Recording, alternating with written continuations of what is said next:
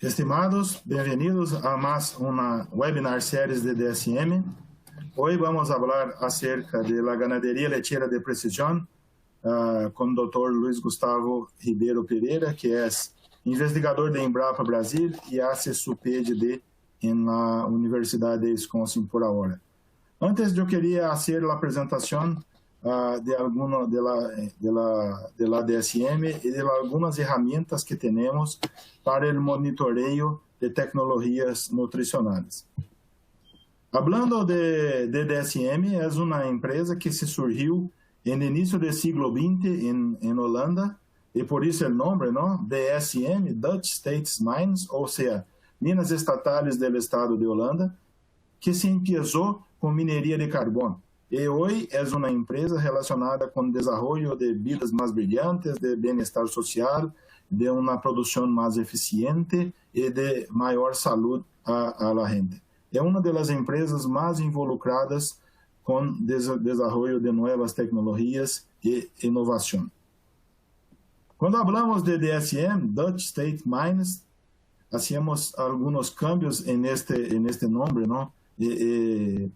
Y hoy hablamos de DSM as doing something meaningful, o sea, hacer algo significativo. No solamente desarrollar productos o vender productos, hacer la comercialización, pero estar cerca de las innovaciones y del desarrollo de la población. Estamos divididos en dos ciencias, las ciencias de la vida y ciencias de los materiales. Estamos involucrados en desarrollo de tecnologías. El iPhone tiene 30 o más componentes que son producidos por DSM.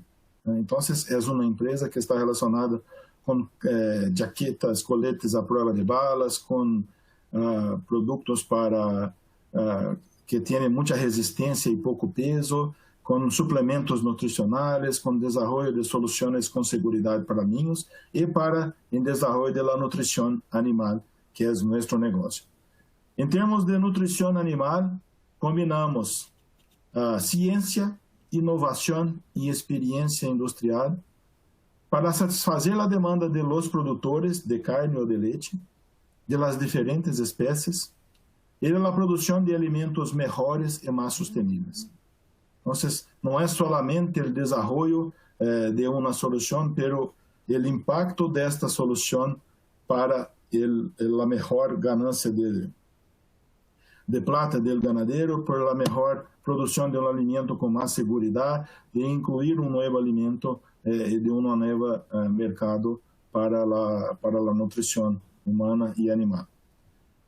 Una de las soluciones que tenemos es el beta-caroteno, que es muy conocido en el mercado como si fuera la vitamina de la fertilidad, o a veces la gente conoce como una previtamina A.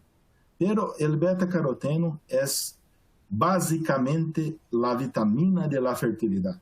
Y cuando hablamos de eso, está involucrada con la producción de hormonas como estrógeno y progesterona, el estrógeno que va a determinar los señales de celo, la manifestación de los señales de celo, y la progesterona que va a ser responsable por el mantenimiento de la gestación.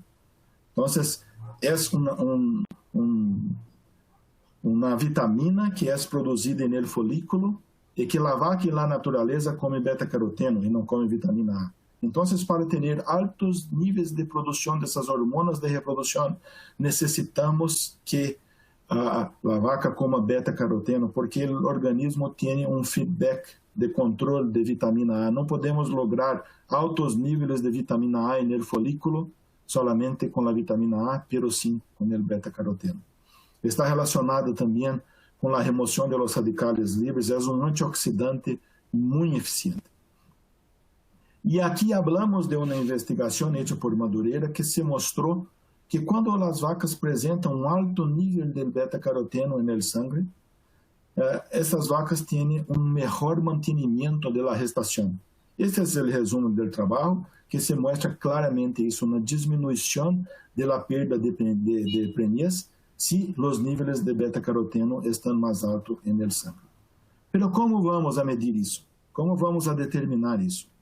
E assim, a DSM desenvolveu, em parceria com outras companhias, um espectrofotômetro que mide a quantidade de beta-caroteno no sangue em um espaço de 3 minutos. Este equipamento, algo que chama a atenção, é um espectrofotômetro portátil. A tecnologia do beta-caroteno está em esses vasitos que têm um solvente que separa o suero do plasma em 1 minuto, 1 minuto e meio. E assim podemos medir o contenido de beta-caroteno no sangue de vacas e saber se devemos suplementar e o quanto devemos suplementar. Então, eu pus esse exemplo para a apertura da apresentação do Dr. Luiz Gustavo, que é um exemplo de precisão, de algo que podemos saber onde vamos invertir, de como vamos, e assim obter os resultados técnicos e econômicos. Además, temos outra tecnologia, que é a amilasa, que é a primeira enzima desenvolvida para rumiantes no mercado de nutrição, que se chama Rumistar. E esta enzima, esta amilasa, como diz o nome, quebra o almidão, e o almidão é um polissacárido, e quebra esse almidão em pequenas partículas, que são os olisacáridos, os monossacáridos, que vão servir para a flora microbiana, produzir mais proteína microbiana para que tenhamos uma melhor eficiência alimentar. E em Rumistar se passa algo muito interessante, que ao quebrar o almidão, que é um polissacárido em monossacáridos, esses monossacáridos vão servir tanto à flora celulolítica quanto à flora milolítica. E, por consequência, vamos a ter um melhor aproveitamento dos nutrientes, como foi observado nesta investigação, eu pude escolher solamente uma, que se mostrou um incremento na digestibilidade da fibra, um incremento na digestibilidade da proteína cruda e também um incremento na degradabilidade do almidão. Tivemos uma maior produção de leite e também, o mais importante, uma melhor eficiência alimentar. Então, é algo também muito interessante. Onde entra a ganaderia de precisão neste contexto? Mira, a gente pergunta se eu vou aproveitar mais o almidão, eu vou ter um problema de barra del pH. E não vai ter, porque quem vai quebrar o almidão não são enzimas amilolíticas que vão produzir lactato, e sim, não bactérias amilolíticas que vão produzir lactato, e sim uma enzima. Então, não há formação de lactato e não há diminuição do pH. E como podemos ver isso? Como nesta diapositiva que vocês podem ver, que o ganado, o rumen de vacas tratadas com Rumistar e sem Rumistar, mantiveram o mesmo pH ruminal. Então, isso só pode ser medido com uma das ferramentas de precisão que Luiz Gustavo vai falar adelante e que podemos manter os buenos resultados de estas tecnologias. Muitas graças por seu tempo. Assim termino minha breve apresentação. Eu les apresento novamente o Dr. Luiz Gustavo Pereira, é investigador sênior da Embrapa Ganado de Leite em Brasil e atualmente está haciendo su PhD en la Universidad de Wisconsin, en Florida. Las preguntas pueden ser hechas durante la presentación. Hay una barra de preguntas y al final de la presentación la contestamos. Muchas gracias, Luis. Bienvenido. Estamos à disposição. Boa noite a todos, boa tarde para alguns. Gostaria de agradecer a oportunidade de estar falando sobre um assunto que eu venho trabalhando, que é sobre precisão. Rever o colega Rodrigo, Cristina, a turma da DSM, agradecer a Embrapa, né, a empresa em que estou vinculado hoje, que também agradecer a Universidade de Wisconsin, que me recebeu aqui de portas abertas, com o professor João Dória, Guilherme Rosa, para a gente estar trabalhando aqui, tentando aprender um pouco com essa nova forma de geração de dados em grande quantidade. Então, é uma satisfação muito grande aí estar apresentando aí, né, a DSM, que é uma parceira de longa data da Embrapa, falando sobre um tema tão relevante e tão atual como pecuária de precisão. Então, o Rodrigo me colocou o desafio de falar sobre ganaderia leiteira de precisão e seu efeito em la produtividade. Esse é o assunto que nós vamos abordar. Inicialmente, dentro, né, desse cenário de pandemia que mudou a vida de todo mundo, né, a gente continua dentro de casa, mas continua alimentando, vai mudar muita coisa, mas a demanda por alimento ela vai continuar. Né? Então, a gente sabe que em 2050 nós vamos ter aí próximo de 10 milhões de pessoas para alimentar, e isso né, mostra a importância dos produtores e todos envolvidos na produção de proteína animal para suprir nutrientes para essa população crescente, né? Que tem um novo padrão de consumo, além de querer consumir alimentos saudáveis e de alta densidade nutricional, está interessada também em consumir alimentos que foram produzidos da melhor forma possível. Dentro desse cenário, o aumento de demanda mundial por proteína animal até 2030 vai ser de 80% e até de 2050 de 200%. Então, é um desafio. A gente tem que produzir e não basta produzir, a gente tem que produzir cada vez com menos, produzir cada vez de forma mais eficiente. Eficiência é a palavra de ordem. E dentro desse cenário, eu gosto de usar um conceito de eficiência bioeconômica dos sistemas de produção. Né? Toda vez que nós vamos adquirir um eletrodoméstico, um carro, um pneu de carro, a gente leva em consideração a eficiência, né, de gasto de energia. E todos os produtos hoje a gente vê uma tendência de consumir um alimento com menor pegada de carbono, consumir um alimento de animais com bem-estar, né? Eu costumo brincar aí, tem uma sigla aí para quem anda de bicicleta, ninguém quer ser feio, né? Todo mundo quer tá adquirindo o melhor para sua família, o melhor para o mundo, e isso vem acontecendo, vem transformando a forma de consumo mundial, em diferentes patamares nos países mais desenvolvidos, menos desenvolvidos, mas essa é uma tendência que não tem como a gente fugir. Então, a gente sempre foi muito voltado na questão econômica, né, que é esse primeiro símbolo. Não basta mais o sistema só dar dinheiro, ele tem que respeitar as condições do animal, tem que respeitar a saúde dos funcionários, né? Muito interessante aqui nos Estados Unidos, a pessoa que pedala 50 milhas por semana tem um desconto no plano de saúde, né? E isso está cada dia mais presente dentro das diferentes situações. Nós temos uma utilização de água para produzir proteína animal e a gente tem que fazer isso de forma racional. Reciclagem passa a ser usada em grande escala nas fazendas. Os alimentos precisam ser produzidos de forma eficiente. Se a gente pegar a evolução de produtividade das lavouras nos últimos anos, seja nos Estados Unidos, seja no Brasil e para outros países da América Latina, isso é bastante marcante. Questões de reciclagem e de uso racional de medicamentos, né? Alguns países, como os países nórdicos da Europa, né? Ninguém consegue fazer o uso de um antibiótico sem um antibiograma, ninguém consegue comprar, uma dificuldade, um controle, uma preocupação, a gente sabe, né, que um dos grandes desafios da humanidade vai ser a resistência aos antibióticos. Então, é dentro desse cenário que a cadeia produtiva está se transformando. E o que possibilita essa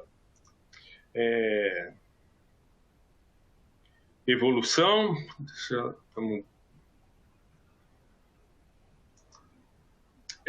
Esse é um trabalho dos colegas da Embrapa, da sede em Brasília, que mostra o que vem permitindo o aumento da eficiência bioeconômica do sistema de produção.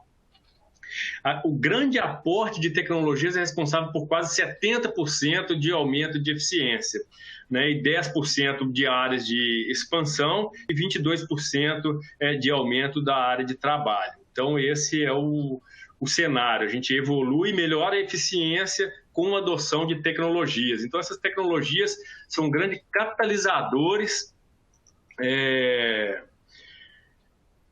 para se conseguir a eficiência bioeconômica desses sistemas. E as tecnologias Dairy Techs são muito importantes e cada vez mais comum a gente ouvir palavras como biotecnologia, inovação em las práticas de manejo, decisões corretas, internet das coisas, big data, que vem permitindo a adoção de um conceito que a gente chama de precisão, agricultura de precisão, pecuária de precisão, zootecnia de precisão, e que a gente costuma definir, né, para a pecuária leiteira como uma postura gerencial, né? Eu destaquei em vermelho, nós vamos falar muito de tecnologia, mas antes de tudo, a tecnologia é só um meio, então nós vamos falar muito de atitude, de decisão acertada, né? Então, como definição, ganaderia de precisão é a postura gerencial amparada em tecnologias da informação e comunicação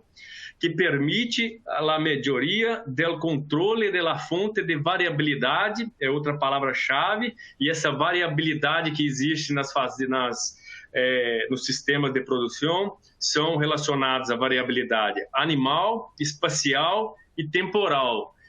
Como a gente, manejando melhor essa variabilidade, a gente consegue melhorar o desempenho econômico, social e ambiental da finca e do estábulo. Então, dentro desse conceito, alguns exemplos. Esse aqui são alguns gráficos. Para cada barra dentro desse gráfico, a gente tem uma vaca, e é muito comum dentro de uma fazenda a gente ter uma variação muito grande de produção entre os animais, e aí já fica, né, impossível a gente dar o mesmo tratamento para todos os animais. O animal produz mais, ele precisa de mais combustível, ele consome mais, e a gente tem diferença entre animais que vão consumir menos para produzir, às vezes, mais de quem consome mais. É aquela geladeira que a gente compra que está no nível A, né, que é de melhor eficiência econômica. A gente também tem a vaca de melhor eficiência, que vai comer menos e vai produzir mais. E é esse tipo de animal que a gente quer, e para entender isso a gente precisa medir. Então, um exemplo do que seria a variabilidade animal, que a gente precisa fazer a gestão dessa variabilidade. Existe uma variabilidade espacial, né, que é a base da agricultura de precisão. Nós temos nessa figura aqui diferentes manchas de fertilidade de solo. Quando a gente passa a colocar o adubo de acordo com cada mancha, a gente melhora muito, a gente otimiza a utilização desse adubo, vai ter uma produção otimizada. Então, esse seria um exemplo de variabilidade espacial. Temos uma variabilidade temporal, né? Aqui um exemplo de como que a temperatura vai variar ao longo do dia, e sabemos que a temperatura tem uma interferência, as condições de estresse térmico podem ter interferência na produção. E dentro da variabilidade temporal tem algumas variações que a gente não costuma ter muito controle. Eu estou colocando aqui como exemplo o preço do leite, né? Isso aqui são dados recentes do CPEA mostrando como, né, em laranja, como que é a flutuação, como que é a variabilidade temporal do preço médio dos produtores de uma escala maior e dos produtores de uma escala de menor produção de leite ao longo do tempo. Então, essa variabilidade existe, não tem muito controle nosso, como as outras, mas é importante para a gente entender o conceito de precisão. E dentro dessa variabilidade, a gente tem também as transformações que vêm acontecendo no sistema de produção. Os sistemas estão cada vez mais complexos, né? São as complexidades de la intensificação. O aumento desse rebanho torna mais difícil o monitoramento. E gosto muito de usar essa frase, né, do Edward Deming, uma pessoa que foi importante aí na retomada dos Estados Unidos, do Japão no pós-guerra, né, que não se gerencia o que não se mede. Sem dados, você é solamente mais uma pessoa com opinião. Então, se a gente está comprando o beta-caroteno do Rodrigo, será que eu estou tendo resultado? A gente tem que monitorar isso, né?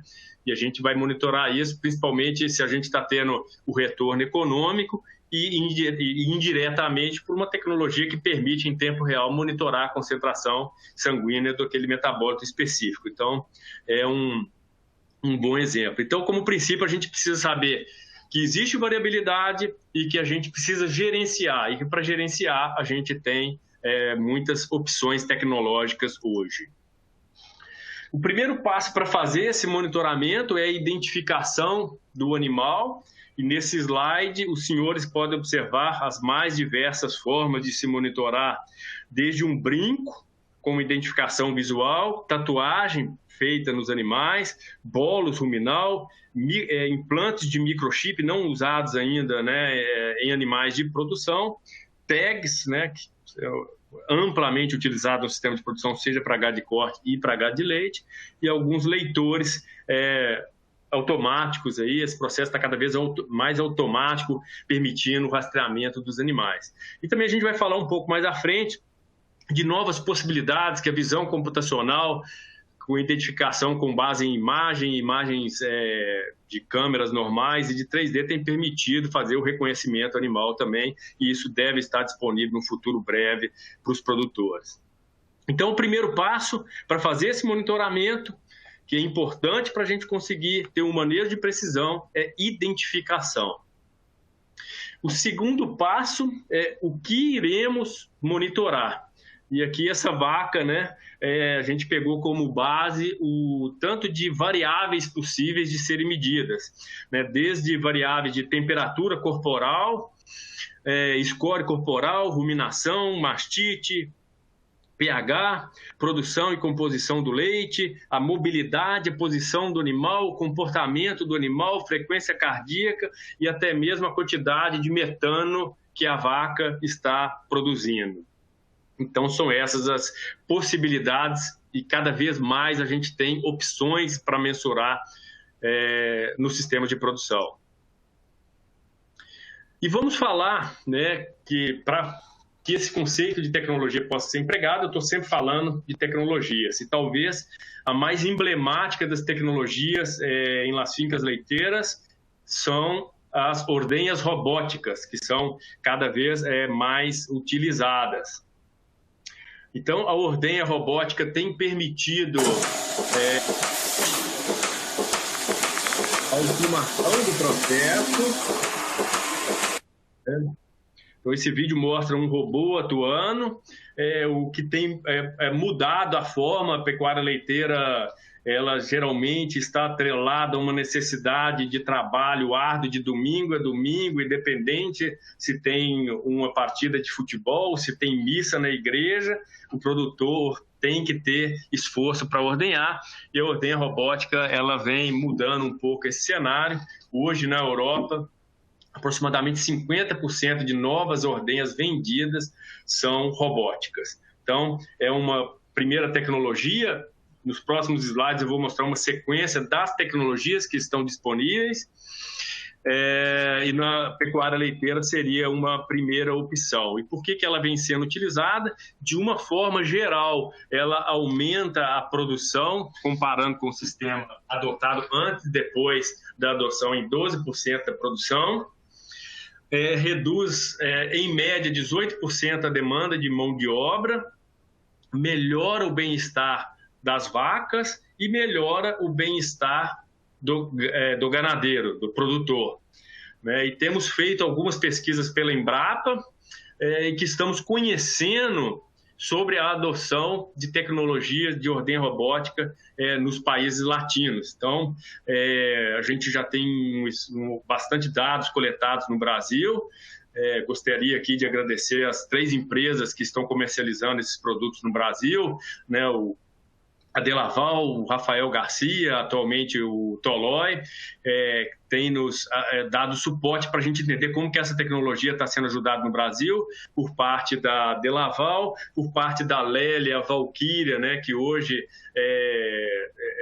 está de licença, e o Rafael está na frente disso, tem nos ajudado também, e o pessoal da GEA, aí, que são os 3 produtores que estão comercializando na América Latina. Então, a gente tem coletado algumas informações. Hoje, no mundo, já são aproximadamente 50 mil robôs fazendo ordenha, um salto grande, né? Praticamente dobrou de 2015 para 2020, e a gente começou a estudar pela Embrapa, no projeto financiado pelo CNPq e pela FAPEMIG, como que está a adoção dessa tecnologia no Brasil e nos países latinos. Hoje no Brasil são 130 robôs trabalhando. Né, se a gente tiver algum produtor aí que tem ordenha robótica e ainda não respondeu, né, a sua ajuda será muito útil, e a gente pretende devolver isso mostrando como que está sendo a adoção dessa tecnologia na América Latina. Né? E hoje são 130 trabalhando no Brasil, 74 fazendas, e uma concentração dessa tecnologia muito no sul do país, onde caracteriza-se a mão de obra familiar, muito parecido aos sistemas de produção de leite europeu que adotam ordenha robótica também. Então, hoje, 58% dos robôs estão localizados no Rio Grande do Sul, 28% no Paraná e 12% em Santa Catarina. Né? E depois, o outro estado do Sul, com bastante expressão no uso dessa tecnologia, é o estado de Minas Gerais. 50% no Rio Grande do Sul, né? 58% é o número de fazendas no Rio Grande do Sul, número de robôs no Rio Grande do Sul. Então, esses são números atuais, e até ontem, de robôs atuando. A gente sabe que tem mais robôs, mas que estão em processo de implantação, envolvendo as 3 empresas que estão comercializando essa tecnologia no Brasil. E nessa tabela, como resultados preliminares aí, né, não publicados, a Rebeca, que está conduzindo, uma estudante de doutorado da Universidade Estadual de Santa Cruz, do Brasil, onde a gente fez uma compilação de dados dos Estados Unidos, do Canadá, nas 3 primeiras colunas, um dado da Espanha sobre como que são essas métricas de eficiência da adoção de robótica na Espanha, e os dados preliminares do Brasil, contando aqui com 20 fazendas, né? Hoje a gente tem aproximadamente 70 fazendas no Brasil, até agora 20 produtores contribuíram com essas informações. Se a gente observar a média europeia e americana superior a 30, a gente com dados preliminares aí próximos a 25 quilos. O uso de robôs próximo de 54, o Brasil, né, um valor até superior aos dados americanos. Provavelmente o Brasil tem equipamentos mais modernos, que tem uma capacidade de maior número de vaca por robô, então a gente está com um número um pouco maior, e a produtividade por robô por dia um pouco inferior no Brasil quando comparado com os outros países. Né? E o número de ordenhas no Brasil, 2,7, muito próximo do observado por esse grupo de pesquisadores da Espanha, e inferiores, né, aos 3, 2,9, 2,8 aí encontrados na América do Norte. Então, esses são dados preliminares que mostram um pouco do cenário de uso de ordenha robótica. Temos acompanhado, né, alguns sistemas de produção de leite a pasto. Sabemos né, que o Chile hoje tem a maior fazenda de ordenha robótico, o maior número de robôs funcionando hoje no mundo está numa fazenda do Chile. O que é bem interessante, a gente vê um aumento do uso, da adoção de sistemas de robô em produção de leite a pasto, atualmente no Rio Grande do Sul. A CCGL tem um sistema, né, que está iniciando essa operação, e recentemente o grupo de pesquisadores da Austrália fez uma publicação comparando 14 sistemas de produção de leite a pasto com ordenha com sistemas convencionais, né? E a diferença de eficiência econômica entre esses sistemas não foi tão diferente, e o grupo considera que ainda a adoção de ordenha robótica em sistemas a pasto é muito pouco utilizada, e que as métricas de eficiência de adoção dessa tecnologia precisam melhorar, né, para que essa tecnologia seja mais adotada em sistemas de produção de leite a pasto. Então, sobre ordenha robótica, era isso que eu queria falar. Deixo aqui 2 QR Codes, um na língua espanhola e outro em português, né? Quem tiver aí, produtor que adota essa tecnologia, quiser colaborar para entender como que essa tecnologia está sendo usada na América Latina, será muito bem-vinda aí a contribuição. né, nós estamos disponibilizando aí, né, no link, na lista de recursos que vocês estão vendo na tela, no canto inferior, também o link para contribuir com esse questionário. Seguindo, falamos sobre as ordenhas robóticas, agora sobre as tecnologias de precisão, né, sobre nutrição de precisão. O Rodrigo já fez uma boa introdução aí de ferramentas que ajudam muito no dia a dia de campo e que vão estar cada dia mais disponíveis. Mas a gente tem, dentro da automação, além dos vagões misturadores que estão fazendo o rastreamento da dieta, permitindo avaliação de eficiência de mão de obra no trato, né? Então, a gente tem também os alimentadores automáticos. A gente tem aqui 3 imagens, né, de 2 sistemas, esse azul e esse verde, que são baseados em trilho, que faz a distribuição automática, robótica do alimento. Ele faz esse trabalho aí de forma autônoma, conforme a programação do gerente, e esses sistemas autônomos, independentes, né, que o robô anda distribuindo o alimento. E sistemas também de empurrar essa dieta, que hoje é feita de forma automática, né? São tecnologias muito adotadas na Europa hoje, né, devido ao provavelmente relacionada ao alto custo da mão de obra, e que são adotadas também. Então, por isso, são adotados em larga escala em sistemas de produção na Europa. Temos também, cada vez mais, a gente sabe que as empresas que comercializam produtos de nutrição têm permitido o acesso aos produtores ao uso de NIRS e MIRS, que são a tecnologia de infravermelho, que permite a avaliação de composição bromatológica em tempo real, e, no caso, o infravermelho médio, que é a análise feita no laboratório de qualidade do leite, onde a amostra de leite, a gente tem a composição desse leite, e que alguns trabalhos que eu vou falar um pouco mais à frente têm permitido gerar outras variáveis, né? Por exemplo, estimar status metabólicos de animal, o status metabólico do animal, com base nesse perfil de infravermelho médio. Então, a gente acredita que num curto espaço de tempo, os produtores, além de ter a composição do leite, vão estar recebendo também um relatório do balanço energético de cada animal. Então, dentro da parte de nutrição, a gente tem inúmeras opções de dispositivos. Peguei aleatoriamente 4 dispositivos disponíveis e que ajudam muito na automação desse processo de alimentação. O preço desses equipamentos, em alguns países ainda é muito elevado, em outros ele tem sido adotado em larga escala porque o equipamento está se pagando.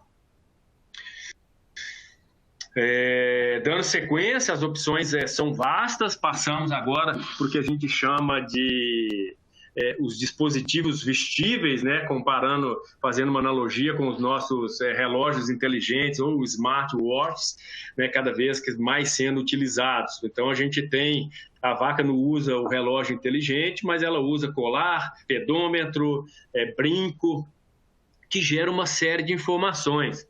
Então, a gente tem uma gama enorme. Estou mostrando aqui 4 exemplos de dispositivos, né, hoje provavelmente aí mais de 50 mil animais leiteiros no Brasil estão sendo monitorados, e que é uma tecnologia bastante madura na Europa, na América do Norte, e que está no momento de ascensão de uso também na América Latina.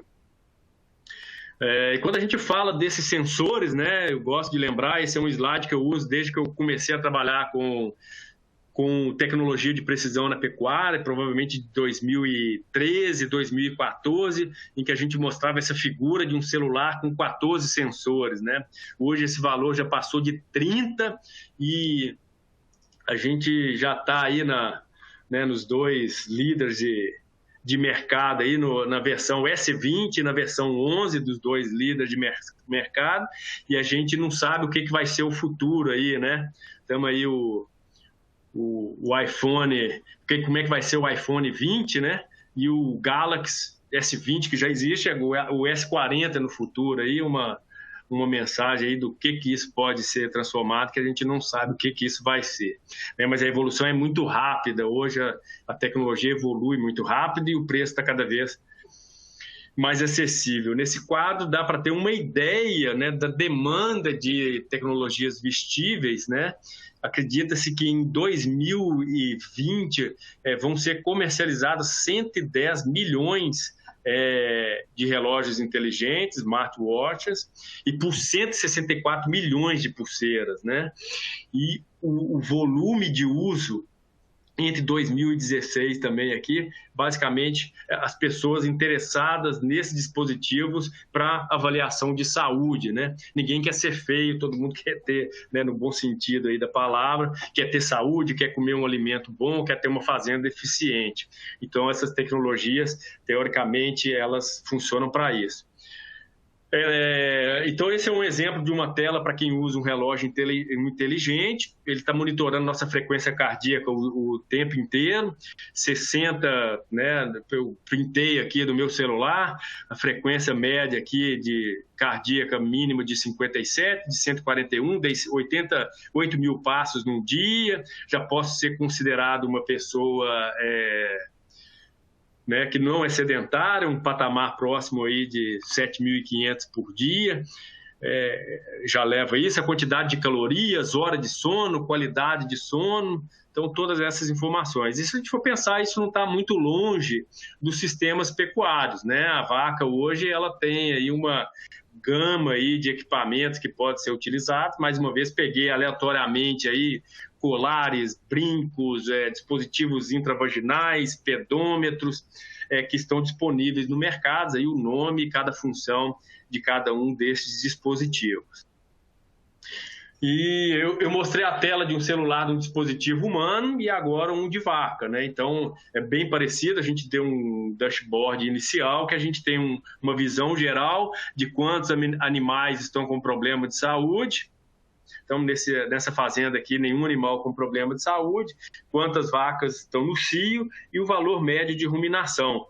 E eu clicando nesse relatório de saúde, consigo ver o número de cada animal. Se eu clico dentro desse animal, eu consigo ver, por exemplo, o que está acontecendo com a vaca 5472, como que está a atividade dela e a ruminação ao longo dos dias. E se existe uma anomalia, eu vou receber um alerta e posso tomar ou devo tomar alguma decisão. Além disso, eu consigo monitorar a porcentagem de animal que estão em condição de estresse térmico ao longo do dia e consigo visualizar também como que está o padrão de ruminação médio, a linha cinza aqui, a linha preta em tempo real e o branco, o que seria uma margem de variação normal dentro do dia. Isso tanto para a ruminação como do grupo. Então, a gente consegue ver nessa última figura 2 picos ao longo do dia que estão relacionados ao tempo de ordenha e ao fornecimento de trato. Então, né, o relógio da vaca já é uma realidade cada vez mais adotada. O Rodrigo mostrou alguns dados aí de monitoramento de pH, provavelmente obtido por um dispositivo parecido com esse. É possível monitorar pH, temperatura, amônia, uma série de componentes. São dispositivos ainda mais utilizados para questões de pesquisa e alguns já em condições comerciais. Mas ainda é um dispositivo de preço um pouco mais elevado, mas que está cada vez mais acessível. Outra opção de tecnologia é a adoção de câmeras termográficas, né, que a gente capta a radiação de calor, e aqui alguns exemplos, né, de trabalho que a gente desenvolveu na Embrapa, avaliando, por exemplo, por termografia, conseguindo identificar touros que estão produzindo uma melhor quantidade de sêmen por termografia. Então, a gente fazia uma avaliação espermática desses animais e correlacionava com a imagem termográfica. A gente consegue indiretamente fazer esse tipo de avaliação. Uma parceria com o professor Mário Chisotti, da UFV, de avaliação de resfriamento de carcaça com termografia e avaliação de condição ambiental, né? Esse aqui é uma fazenda de ventilação cruzada, onde a gente consegue ver aqui claramente os painéis com a temperatura mais baixa e os animais com a temperatura mais alta. É possível de achar onde que são os pontos críticos e trabalhar com melhoria de condição de ambiente. Então, a termografia ela é uma outra opção. E a questão de avaliação, uso de visão computacional e de modelos 3D. Né? O Brasil também, em trabalhos coordenados pelo professor Mário Chisotti, aí foi pioneiro, capa da revista Animal Science, né?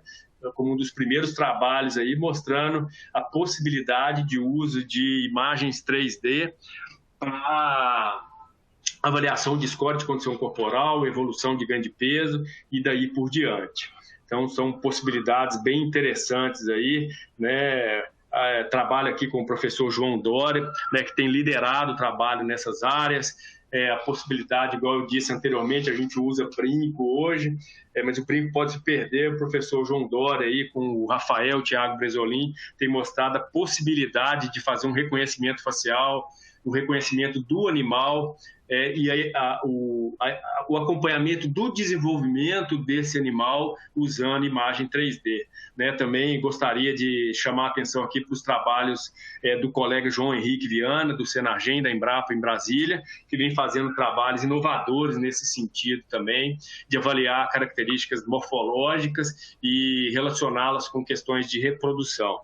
Então, a gente vê que talvez seja uma opção para o futuro muito próximo aí das filmagens e da imagem 3D está substituindo algumas dessas tecnologias físicas que envolvem, né, vestíveis, que envolvem colocar dispositivo em animal. Então, é uma opção. Aqui uma cortesia do professor João Dória, aqui da Universidade de Wisconsin, onde a gente pode ver aqui a possibilidade, né, o trabalho, toda a parte de inteligência artificial que ele desenvolveu nessa primeira figura de identificação do animal. Então, existe um algoritmo de identificação desses animais. Então, o animal 50 é o animal amarelo, já existe um algoritmo que tem alta precisão para a identificação desses animais. E, além disso, existe também um algoritmo de identificação de comportamento. Então, nesse vídeo, a cor azul está relacionada ao animal em repouso. Então, vocês estão vendo que os animais estão movimentando e estão em repouso. Então, eles mudaram o comportamento, eles estão comendo, estão verde, né? Bebendo água, mudou de cor, e fechando aí, hora da mamada, estão todos eles amarelos. Então, essa é um exemplo de possibilidade de uso de inteligência artificial, né, que já em breve vai estar disponível nas fazendas e talvez no futuro, um pouco mais a médio prazo, venha substituir essas tecnologias vestíveis, né, que tem tempo de bateria, custo, perde-se, deprecia, e a imagem ela pode ficar gravada ali, uma vez que a gente está cada vez com mais tecnologia de armazenamento e de geração de dados. Então, é uma opção. As tecnologias do uso de drones, né? Essa é uma tecnologia de contagem de animais em gado de corte, por exemplo. Mostrei também a adoção de agricultura de precisão em sistemas de pasto. A Nova Zelândia vem como referência nisso, né, com uma economia muito grande na adubação de pastagens, fazendo agricultura de precisão de pasto, que é uma possibilidade. O uso de coxos automáticos também é crescente. Aqui um exemplo de uma tecnologia de uma empresa brasileira que a gente usa muito para pesquisa no Brasil, que são coxos eletrônicos, e a gente consegue monitorar todo o comportamento alimentar e o peso do animal e o consumo de água, né, que também é um ponto crítico. A gente não, além de produzir bem, nós temos que usar água, que é cada vez mais escassa, um dos pontos limitantes de produção de alimento para o mundo, e a gente precisa quantificar isso. E nos últimos anos a gente vem gerando dados muito importantes para entender o uso de água. E o acompanhamento em tempo real de pesagem, né? Então, o animal, quando vai ao bebedouro, a gente tem a pesagem, a gente não muda a rotina. Uma vaca holandesa, em média, em Minas Gerais, ela bebe de 7 a 9 vezes água por dia. A gente tem um peso natural e isso gera uma quantidade de dados interessantes para desenvolvimento de modelos de tomada de decisão. A mesma coisa para coxo. Né, a gente recentemente está com um trabalho e com esses dispositivos viu que, avaliando o comportamento animal, é possível detectar cio sem ter um dispositivo acoplado ao animal. Então, essa é uma possibilidade bem clara aí do uso de imagem e dispositivos que meçam comportamento para diagnóstico. Então, é uma possibilidade imensa aí, né? Eu cansei de falar de tecnologia, vou parar um pouco de falar de tecnologias, a gente vê muitas perguntas, eu citei aqui pelo menos umas 20 possibilidades diferentes.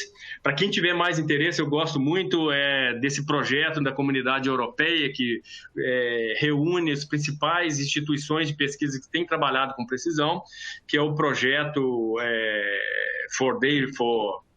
for Farmers, 4D, 4F, tem um link aí que está disponível, e nesse site existe um armazém de tecnologias em mais de 20 línguas diferentes, em que é possível avaliar as tecnologias disponíveis. Então eu entrei, fiz um print da tela, aparece essa vaca, se você clica aqui na base da cauda, é possível ver todos os dispositivos que são comercializados hoje na Comunidade Europeia para detecção de cio, por exemplo.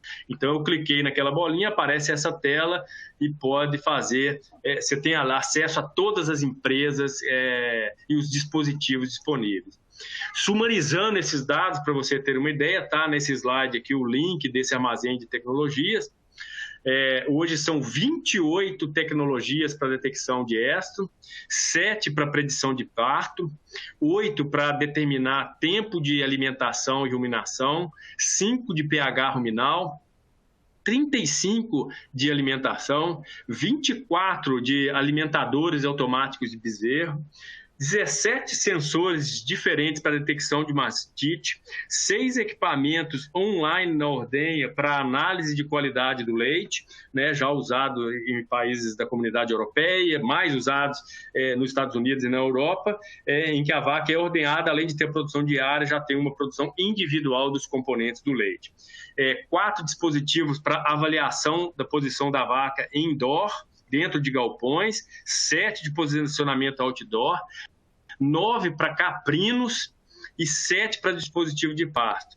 Somando os 10 diferentes ordenhas robóticas disponíveis no mundo, então seriam aí próximo de 170 tecnologias, né? E eu agora gostaria de fazer uma propaganda aqui e mostrar a tecnologia mais importante, né? Não é robô, não é o relógio, não é o colar, não é o brinco, é essa tecnologia. É o senhor Ian e a senhora Ian aí, exemplo de produtores de leite que adotam ordenha robótica, que fazem a agricultura de precisão acontecer. Né? Eu, quando compro um relógio inteligente, ele não vem de graça para mim a perda de peso se eu não me esforçar. Ele vai me ajudar a monitorar o que está acontecendo ao longo do tempo.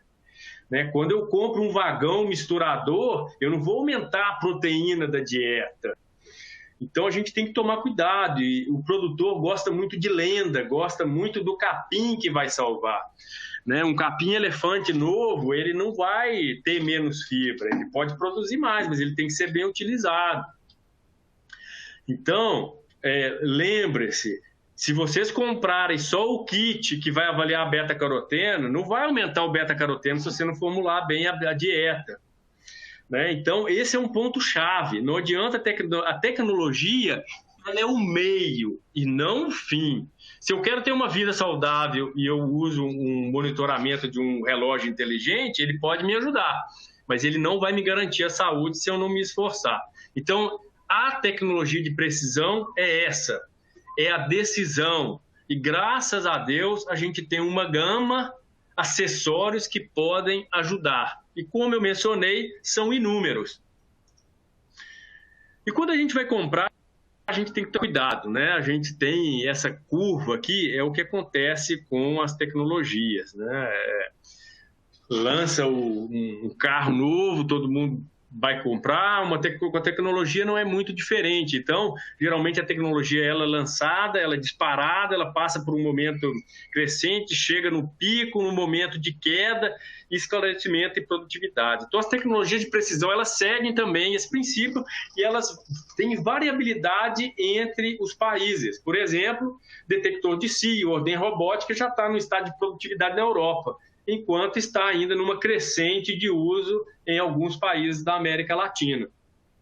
E algumas delas, e muitas delas, eu citei ali 170 tecnologias, vão ficar na desilusão, né? Elas vão sumir do mercado. Então, a gente tem que estar atento a isso, né? Existe um trabalho clássico mostrando por que o produtor adota ou não tecnologia. Por que o produtor ainda não está usando muita ordenha robótica capaz?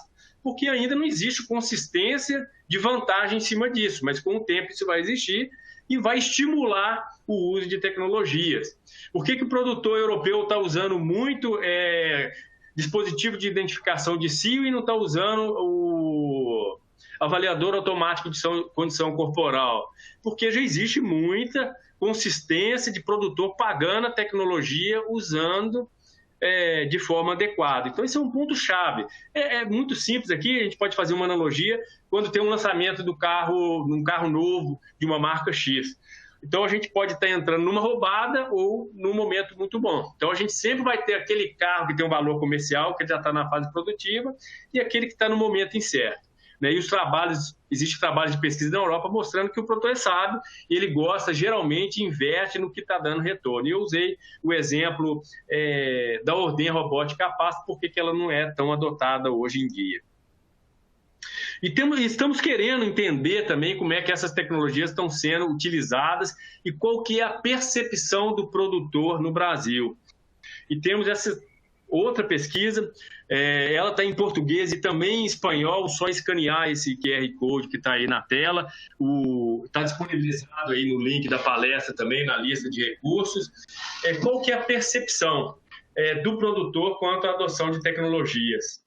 E aqui são resultados preliminares, tese também da Rebeca. Quais são os fatores que os produtores brasileiros estão considerando como importantes para comprar uma tecnologia? O principal delas, disponibilidade de assistência técnica. Depois, relação custo-benefício e a simplicidade de uso da tecnologia.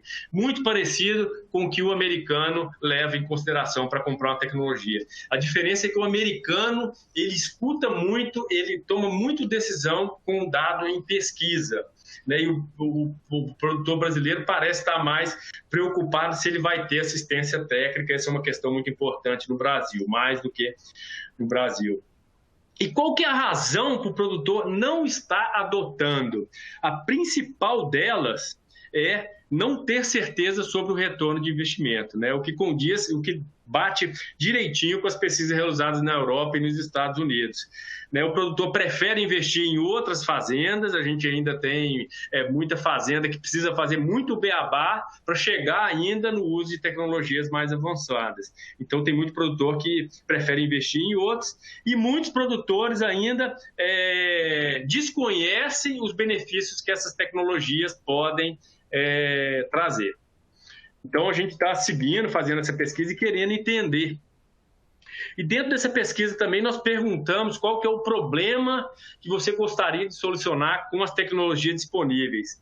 A gente teve, fazendo um filtro dos 100 maiores produtores de leite do Brasil, os principais problemas que eles procuram resolver com as tecnologias são mastite, seguido por estresse calórico e o elevado custo de insumos.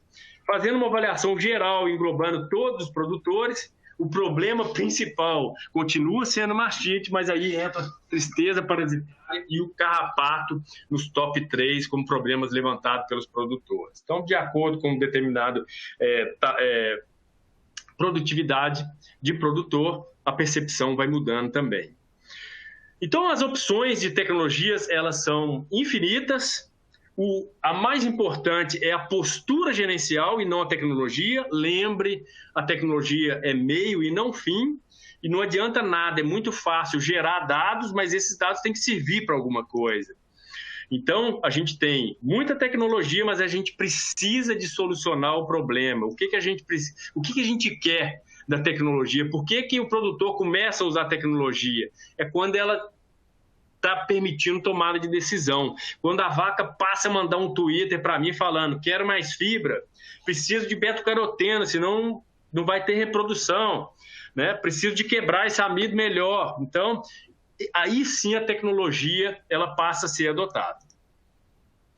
E gerar dado é muito, né, hoje é cada vez mais fácil, e as ferramentas de inteligência artificial, ela vem mudando muito, né? E a quantidade de dados que eu trabalho hoje, quando eu recebi meu treinamento fazendo meu PhD na UFMG, eu não tive. Hoje eu estou aqui em Médici, trabalhando com o professor João Dória, com o Guilherme, para tentar explorar esses dados melhor. E é difícil, a parte de ciência de dados, né? A gente está tendo que mudar, é multidisciplinar, né? Está tendo que capacitar para aproveitar da melhor forma possível. E hoje a inteligência artificial já vem permitindo que a gente trabalhe com esses dados e consiga estimar, por exemplo, no trabalho do professor Dória e colaboradores, de estimar o consumo de matéria seca com dados de avaliação espectral de leite por infravermelho médio, consiga estimar o momento de parto, né? Os trabalhos... Os primeiros trabalhos com adoção de inteligência artificial, com machine learning aqui do professor Gianola, da Universidade de Wisconsin, no melhoramento, e hoje, né, sendo utilizada também para a parte de reprodução, de alimentação e daí por diante. As possibilidades são infinitas e são desafiantes, né? A gente precisa ter estudantes com novos perfis, trabalhos multidisciplinares com engenharia, com estatística, com veterinário, para conseguir aproveitar o tanto de dados que está sendo gerado. E na questão de saúde, isso é muito importante. Esse trabalho é clássico de Gonzalez, que mostra que uma enfermidade inicia no dia 0, o animal não tem mudança de comportamento, ele passa a ter mudança de comportamento nos dias 1 e 2, lá para o dia 3 e 4 ele passa a ter alteração de metabolismo e passa a ter sintoma clínico de 5 a 10 dias, e dependendo da doença, 5, 10 dias é tarde, dificilmente a gente vai conseguir recuperar esse animal. Então, olha o poder dessas tecnologias de visão computacional de antecipar o diagnóstico e propiciar uma intervenção que vai melhorar a eficiência e vai permitir manejar a variabilidade animal. Então, eu vou mostrar como exemplo aqui um banco de dados que eu estou trabalhando aqui com a equipe do professor João Dória, um trabalho de doutorado da Vanessa, da Gleicinha, uma parceria UFMG, UFLA, Wisconsin, Embrapa, um trabalho aí de 1 ano, da Laís, professor Lobão, professora Sandra, professora Ângela, são inúmeras pessoas, os colegas Thierry, Mariana, Fernanda, uma equipe grande trabalhando. A gente começou a levantar os problemas que a gente queria resolver. O questionário mostrou para a gente que tristeza parasitária é um problema grande em países de clima tropical. Temos um projeto em que a gente está avaliando, então a gente tem uma bezerra, essa bezerra está cheia de sensores e com tecnologias sendo monitoradas. A equipe do professor Lobão tem uma patente de uma cepa de anaplasmose. A gente induziu a doença desses bezerros leiteiros e filmou esses animais, introduziu um microchip aqui, acho que não está muito visível, a ponta do dedo, o tamanho de um grão de arroz, e implantou na base da causa desses bezerros. Esses bezerros estão sendo monitorados por coxos eletrônicos, eles estão sendo monitorados por câmeras termográficas, e gerando uma série imensa de informações de temperatura, tempo de ruminação, atividade, consumo, comportamento, gerando vídeo, imagem. Acho que a parte de visão computacional ela é muito interessante.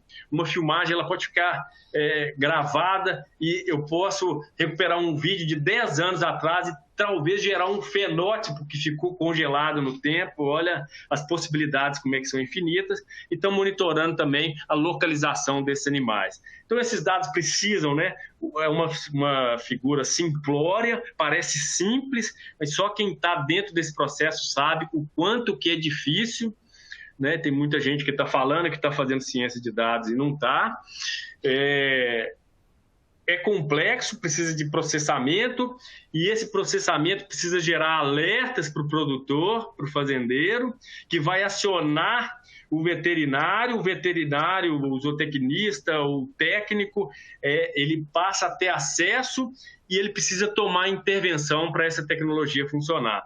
Mostrar um pouco dos resultados preliminares, pegando como um desses dispositivos né, o sensor de ruminação e atividade. Eu escolhi aqui o dado de ruminação, então esse animal ele ficou doente no dia 0, e aqui a gente observa como que foi a variação de ruminação ao longo do tempo desse animal.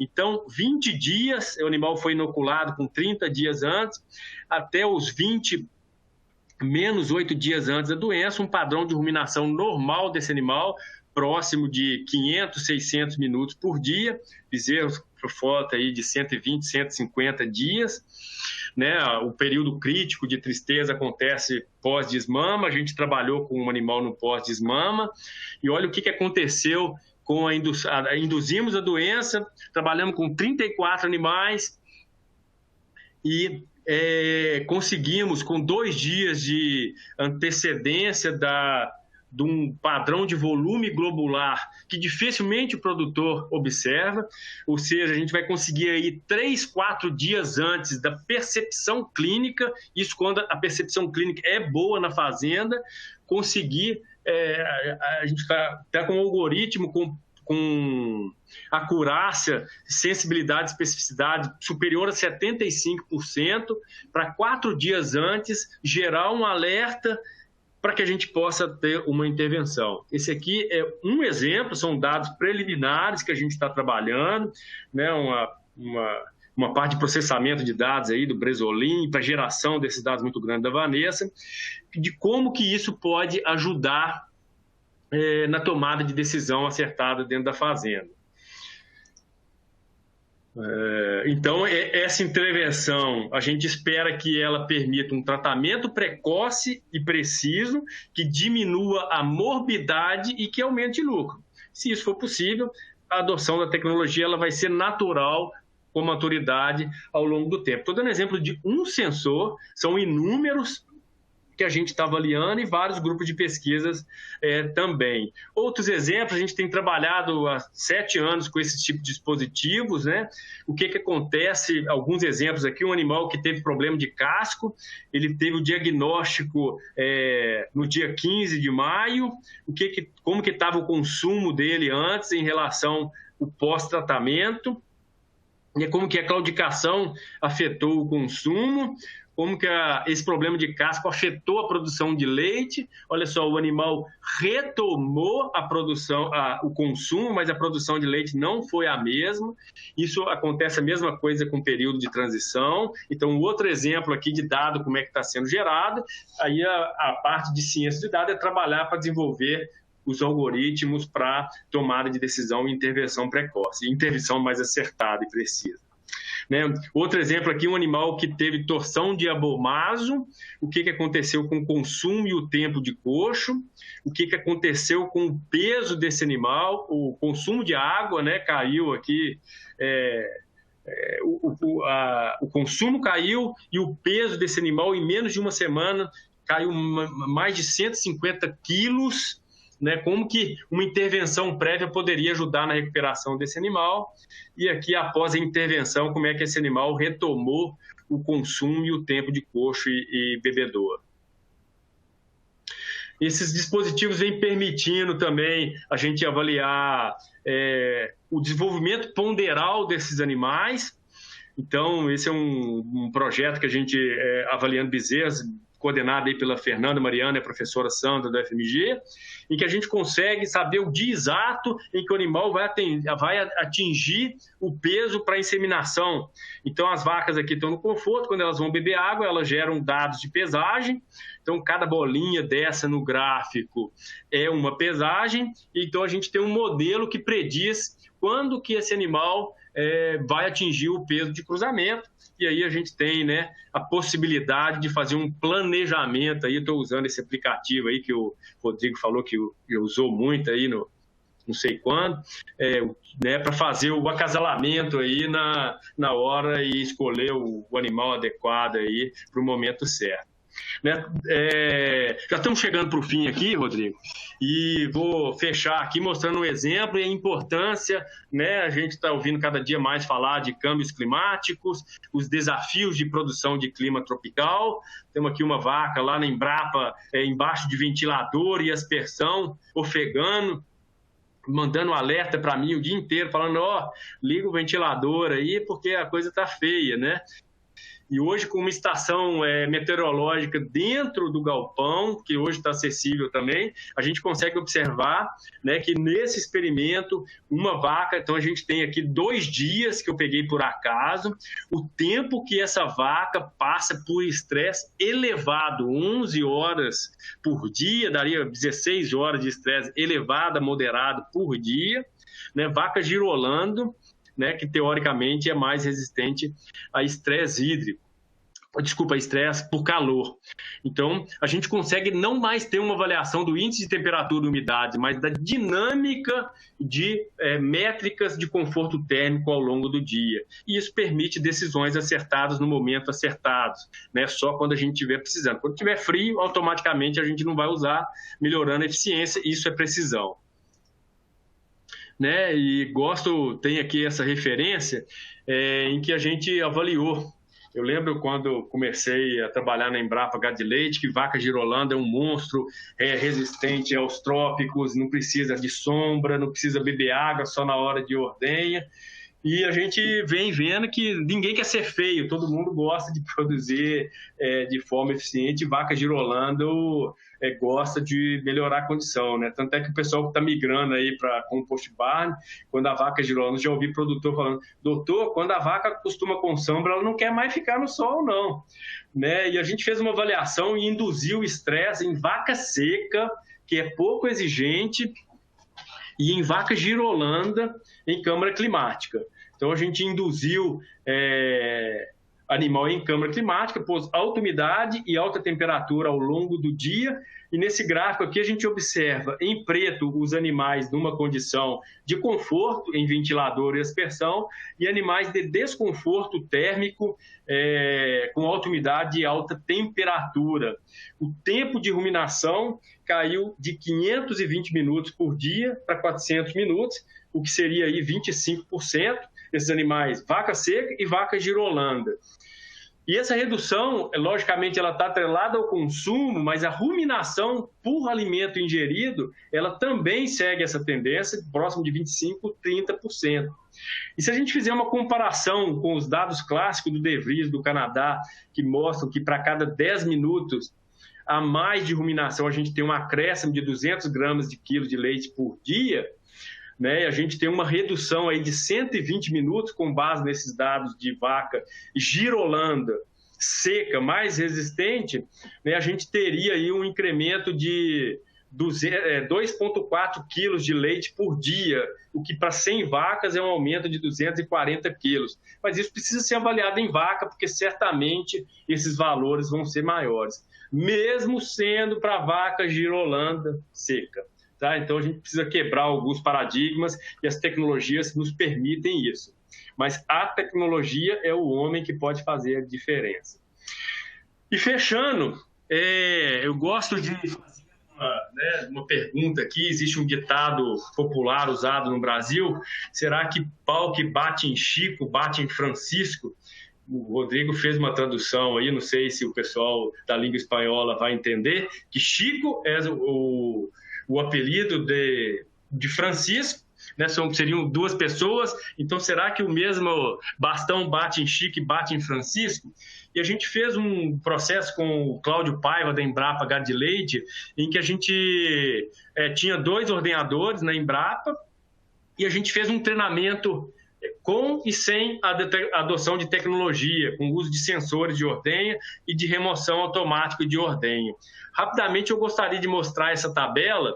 Então a gente tinha uma rotina na fazenda, fez um treinamento para esses 2 ordenhadores, estou aqui citando o ordenhador A e o ordenhador B. E como a ordenha gera uma série de métricas de eficiência, a gente, antes e depois do treinamento, fez uma avaliação dos 2. Será que pau bate em Chico, bate em Francisco? Olha que interessante. O ordenhador A, ele gosta, ele tem aptidão, ele tem vocação, interesse, e ele recebeu o treinamento e mudou a atitude. Então, os 2 tiveram acesso à mesma tecnologia. Olha o que aconteceu com o ordenhador A. O tempo de ordenha caiu de 235 para 204. O número de vacas de ordenhada de 29 para 34. Na hora de fechar as contas, o pessoal da economia aí sabe a importância disso e o produtor também. A produção de leite não aumentou tanto, mas olha a eficiência de mão de obra. O quilo de leite produzido por hora, 281, passou para 324. Agora, o ordenhador B, ele não tinha aptidão, não tinha vocação. Ele comprou o relógio inteligente achando que ele ia emagrecer só com o relógio. O tempo de ordenha dele permaneceu o mesmo. A eficiência de ordenha, número de vaca por hora, 26, 23, até diminuiu um pouco, não deu diferença estatística. Quilo de ordenha por hora, 240 para 223. Então, não adianta ter a tecnologia é meio, tá? Esse é um recado importante. Considerações finais, Rodrigo. A ganaderia de precisão é uma postura gerencial, não é a adoção de um robô, de uma tecnologia. Tecnologia não garante desempenho. Não se gerencia lo que não se mede. Sin datos, usted é solamente mais uma persona com opinião. Precisamos mais de pessoas, né, que tomem decisão em base de dados. Em tempo de Covid, né, como a gente tem muita gente de opinião, a gente tem um exemplo clássico disso, né? Precisamos medir para tomar a decisão acertada. O momento de adoção, ele deve induzir, a gente sempre tem muita pergunta, né? Vale a pena eu comprar equipamento e tal? Depende, como é que está a sua situação, o que você quer melhorar, qual que vai ser o seu retorno.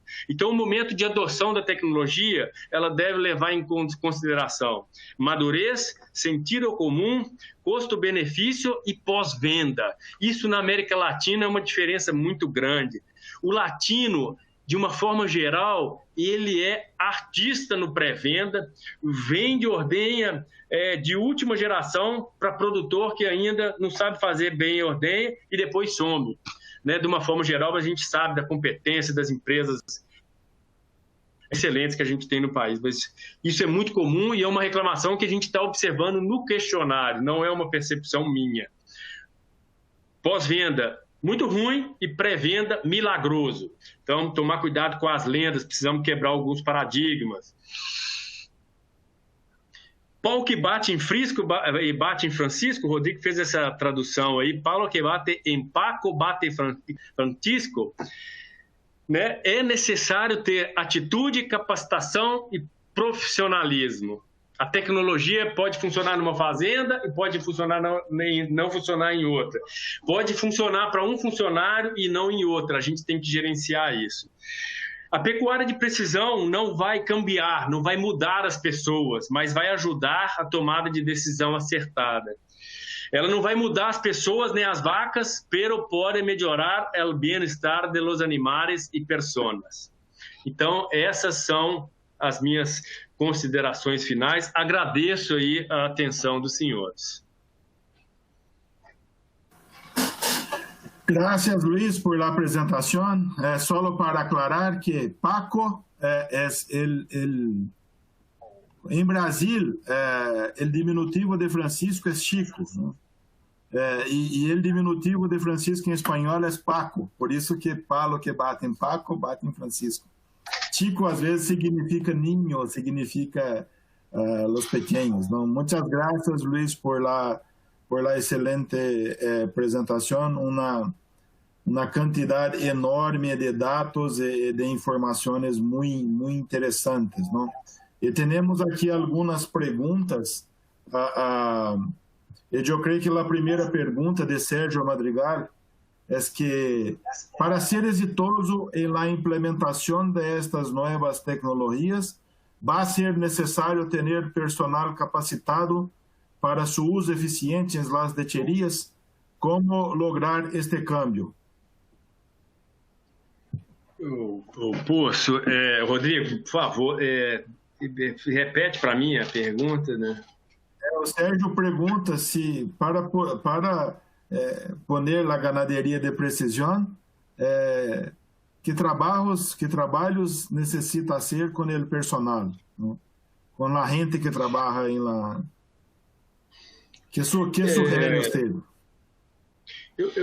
Primeiro, eu sugiro que seja feita uma avaliação muito específica. né? Precisa existir sensibilidade e maturidade para entender o momento de adoção. Vou citar um exemplo aqui de um uso de colar de detecção de cio, por exemplo. Você migra para um sistema, você tem boa alimentação, a reprodução para, você tem falha de observação de cio, e você quer melhorar a eficiência reprodutiva, né? Quanto que vai entregar? Então, você tem aí opções, aí são, eu acho que, próximo de 20 opções diferentes sendo vendidas, e aí tem que fazer conta. Então, é esse momento. Então, entender cada situação, cada proprietário precisa de ser... Né, a tecnologia de precisão, que é a cabeça de quem faz a gestão de processo, quem está em uma posição estratégica dentro da fazenda, ela é chave para saber a adoção do monitoramento. E tem que fazer capacitação. E muitas vezes a gente vai ter aquele funcionário, aquela fazenda que não tem aptidão para adoção de tecnologia. Então, é um desafio e precisa ter essa sensibilidade. E tem muita coisa nova, a gente está aprendendo com isso, né? Então, esses são pontos chaves para determinar ou não da adoção de tecnologia. Muitas graças, Luiz. Aqui é a pergunta de Luiz Mancilla, pedindo se há alguma informação acerca da ganaderia lecheira de precisão em relação à la qualidade da leite e a confiança do consumidor. É uma evolução muito grande a quantidade de fazendas que usam unidades portáteis na ordenha, principalmente em países europeus e americanos, nos Estados Unidos, Canadá e na Europa. Esses equipamentos estão cada dia mais disponíveis. A minha avaliação que eu faço, eles ainda não substituem a avaliação de laboratório, que é feita por MIRS ainda, e que é exigida para muitos países como marco de qualidade do leite. Mas eu acredito que num tempo médio prazo aí, esses dispositivos vão estar cada vez mais, vão poder gerar dados mais acurados e precisos e estão já contribuindo com a melhoria da qualidade do leite, né? Por exemplo, há quantos anos aí a gente tem produtor usando sensor de condutividade elétrica do leite para entender como que está, de uma forma geral, a qualidade do leite, né? A incidência de mastite. Então, esses sensores estão evoluindo muito aí. Se você pegar o número de sensores disponíveis, a possibilidade é infinita ainda. Mas ainda, eu acredito que é uma tecnologia que está ainda na fase de disparo em alguns países e de desilusão em outros, e querendo entrar na fase de maturação em outros países. Graças, Luiz. Aqui a pergunta de Henrique Morales. Este beta-caroteno que mencionaste, qual é a recomendação para a utilização e quando posso monitorar meus animais para verificar se há bajos níveis ou não? O beta-caroteno em ganado lechero se sugiere a suplementação a cerca de 45 dias antes do parto, hasta los 40 dias depois do parto, al menos no período de transição, não, mas quanto antes empieza, melhor, porque o folículo que a vaca vai liberar em seu primeiro selo empieza a ser desarrollado 30 dias antes do parto. Então, para ganado de leite, no período periparto, não exatamente no período de transição, é a melhor fecha. Há trabalhos do Dr. Guilherme Vasconcelos em Brasil acerca da suplementação de beta-caroteno em ganado de carne, e aí se empieza a suplementação um mês antes da estação de cobertura, não? Então, por ser a vitamina de la reprodução, estas são as fechas que são mais importantes para hacer a suplementação, e hablando de sua pergunta exatamente, a melhor época para monitorear as vacas. Luiz, a pergunta de Ronei Zimpo, da Universidade de Florida, qual é o tempo médio de retorno de inversão de ordenhas robotizadas? Existem alguns trabalhos recentes aí, mas vai depender das as métricas de eficiência, mas o que se fala aí em torno de 5, 7 anos, no Brasil se fala no prazo mais longo aí, a variabilidade eu não sei responder essa pergunta de forma pontual aí. E o que a gente o que a gente observa, e até tem discutido com o pessoal das empresas, que é bem a questão de uso de ordenha robótica, é interessante, né? A gente tem 2 clusters bem distintos de adoção de ordenha robótica. A gente tem aquele produtor que quer ficar livre do processo de ordenha e aquele que quer melhorar a eficiência de ordenha porque ele vai tomar decisão com base nesses dados. Né? Então, são 2 nichos bem claros. No Sul, a gente tem uma quantidade muito grande de agricultor familiar, que tem uma quantidade de mão de obra muito pequena, que muitas vezes eles não estão muito preocupados com os dados que estão sendo gerados, que são muitos com ordenha robótica, mas ele está livre daquele processo de ordenha, né? Eu lembro de fazer uma visita numa fazenda e o produtor tá rindo, para você ideia, que ia para o dentista na hora do ordenha. Então, é uma mudança muito grande, até da sucessão familiar, ter vontade de continuar a atividade por causa dessa automação, e muitas vezes essas questões, isso não tem, né? Muitas vezes não entra nos modelos de cálculo. Então, tem gente que está pagando, sabe que tem mais custo de depreciação envolvido aí, mas que está satisfeito com a tecnologia. E aquele que, além de estar diminuindo, né, próximo de 18% da quantidade de mão de obra, está aproveitando desses dados, gerando métricas que são utilizadas para o melhoramento do rebanho, e daí por diante. Gracias, Luis. Aquí la pregunta de Enrique Alonso Alas, de El Salvador. Quería consultarle en su experiencia pessoal, cómo ve el avance de la tecnología en el negocio lechero, principalmente en Latinoamérica. No momento de adoção de tecnologias, a gente tem um nicho de produtor brasileiro, de produtor argentino, produtor uruguaio, que está tendo acesso a essas tecnologias. Mas se a gente pega como exemplo o Brasil, né, e muito provavelmente a América Central, a gente sabe, né, de alguns países a limitação até de acesso a material genético diferenciado para a produção de leite, né, que quem dirá então para a parte de tecnologia. Então, o momento é outro, em se falando de média em países de América Latina com outros de Europa. O custo de mão de obra nosso é mais barato, então, muitas vezes, essas tecnologias elas são... vai ser adiado um pouco a adoção dessas tecnologias. E a gente tem um percentual de produtor muito grande, né, que não está ainda... a tecnologia que ele precisa de organizar os dados, de tomar decisão, né, uma planilha bem feita, de um caderno bem anotado, de uma nutrição bem feita, para ele ir evoluindo e adotando as tecnologias. Então, a gente tem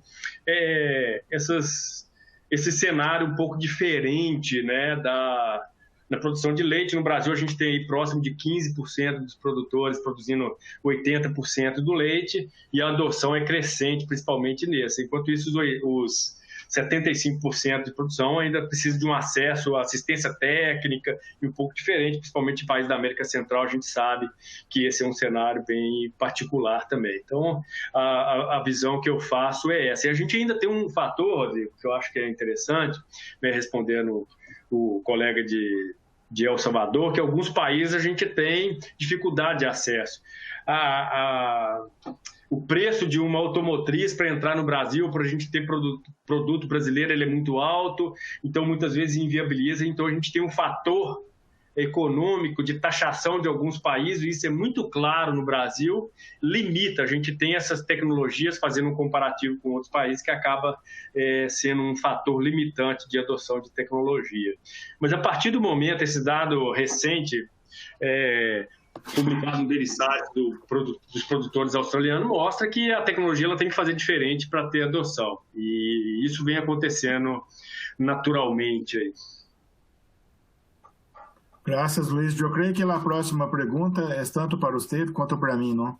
Uma pergunta que usar para detectar cambios no comportamento alimentar e que podemos esperar de cambios no comportamento alimentar com o uso das tecnologias DSM.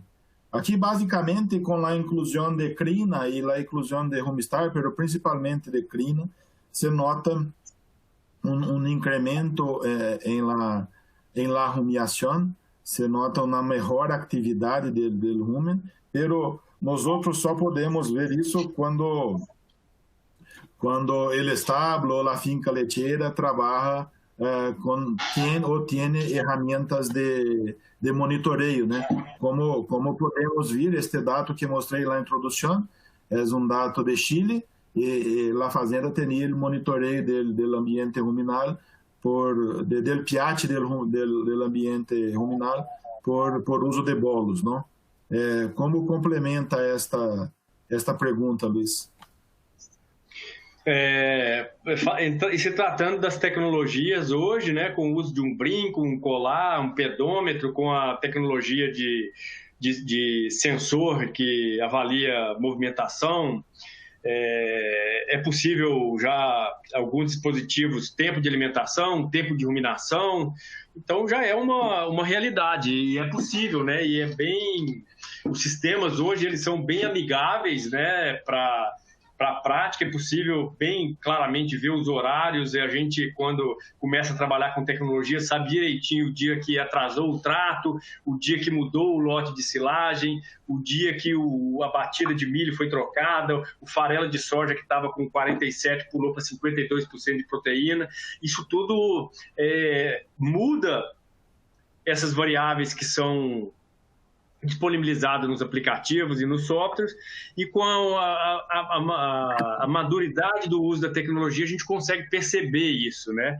E fazer aquela intervenção. Então são alguns exemplos aí que eu cito, e eu acredito que no futuro médio aí, principalmente para gado estabulado, a visão computacional, identificação de animal e de comportamento vai ser um grande avanço, né? A gente trabalha muito com coxo eletrônico, a gente sabe que é um dispositivo que comercialmente ele não é viável, não é recomendado, mas os próprios sensores de presença em coxo são muito importantes. Hoje, uma informação muito importante na nutrição de precisão é a pesagem de trato. Hoje o produtor eficiente, ele está sabendo quanto que está sobrando em cada lote, então ele está fazendo avaliação de eficiência alimentar de lote, está vendo como é que isso está variando ao longo da lactação. Então tudo isso hoje já é passível de ser avaliado com as tecnologias disponíveis e vão melhorar a cada dia. Mas não adianta nada ter o dispositivo e se não aproveitar. E eu estou repetindo isso, mas é muito comum a gente chegar numa fazenda e observar que o produtor ele tem o dado de ruminação e não está usando para nada. Muitas vezes ele não está usando nem a detecção de cio, né, para usar. Então, para que ter a tecnologia? Então, tomar cuidado com isso. Eu creio por questão de tempo com essa pergunta, então, encerramos o webinar. Muitas graças, Luiz. Você tem alguma mensagem final que queria deixar a las pessoas que estiveram aqui? De qualquer maneira, também les agradeço o tempo e les pido que ao final da apresentação que responda a encuesta para que podamos melhorar em nossos próximos webinars. Luiz, quer uma mensagem final? Sim, só mesmo de agradecimento à equipe que eu faço parte, tanto no Brasil, aqui nos Estados Unidos, aos parceiros, a você, Rodrigo, né, pelo esforço aí de passar os slides para o espanhol, pedir desculpa aí pela impossibilidade de estar falando espanhol, e é uma satisfação muito grande agradecer só de estar conversando aí, mas não tenham dúvida que a tecnologia mais importante é a de tomada de decisão do ser humano, a estratégia do ser humano, mas essas ferramentas estão aí para ajudar a gente. Graças, Luiz, graças a todos. Assim, então, terminamos. Por favor, les pido novamente que hagam a encuesta e nos vemos no próximo webinar. Muitas graças.